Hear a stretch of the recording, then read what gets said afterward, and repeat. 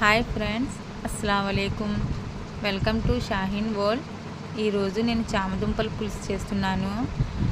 చామదుంపలు అనేది బాగా శుభ్రంగా కడిగేసుకొని కుక్కర్లో వేసుకొని ఒక 3 విజిల్స్ రానివ్వండి, ఉడికిపోతాయి.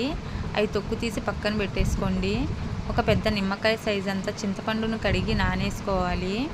ఒక 4 ఉల్లిపాయలు సన్నగా తరుక్కొని ఒక బాండీలో సరిపడంత ఆయిల్ వేసుకొని ఆ ఉల్లిపాయలను కూడా దాంట్లో యాడ్ చేసి దోరగా ఫ్రై చేయండి. చాలా బాగుంటుంది ఈ చామదుంపల పులుసు అనేది. మీరు ట్రై చేయండి తప్పకుండా. ఉల్లిపాయల్లోకి మనకు సరిపడంత ఉప్పు, మన ఘాటుకు సరిపడంత కారము, కొద్దిగా పసుపు వేసుకొని బాగా కలిపేసుకోండి.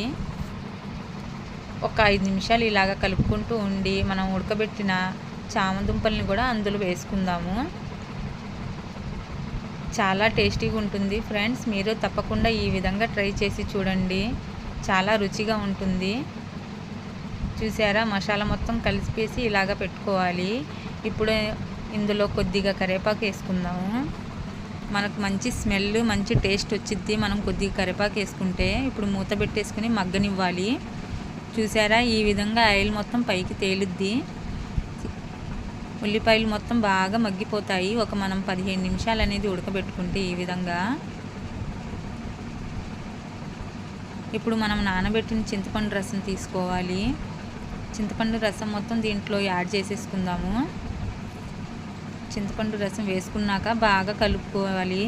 ఒక 15 నిమిషాలు అనేది బాగా మరగబెట్టుకుంటే పులుసు అనేది చిక్కగా వచ్చి ఆయిల్ మొత్తం పైకి తేలిద్ది. అప్పుడు చాలా టేస్టీగా ఉంటుంది. మనం తింటుంటే మళ్ళీ తినాలనిపించిద్ది. నా ఛానల్కి సపోర్ట్ చేయండి ఫ్రెండ్స్. సబ్స్క్రైబ్ చేసుకోండి. Thank you friends.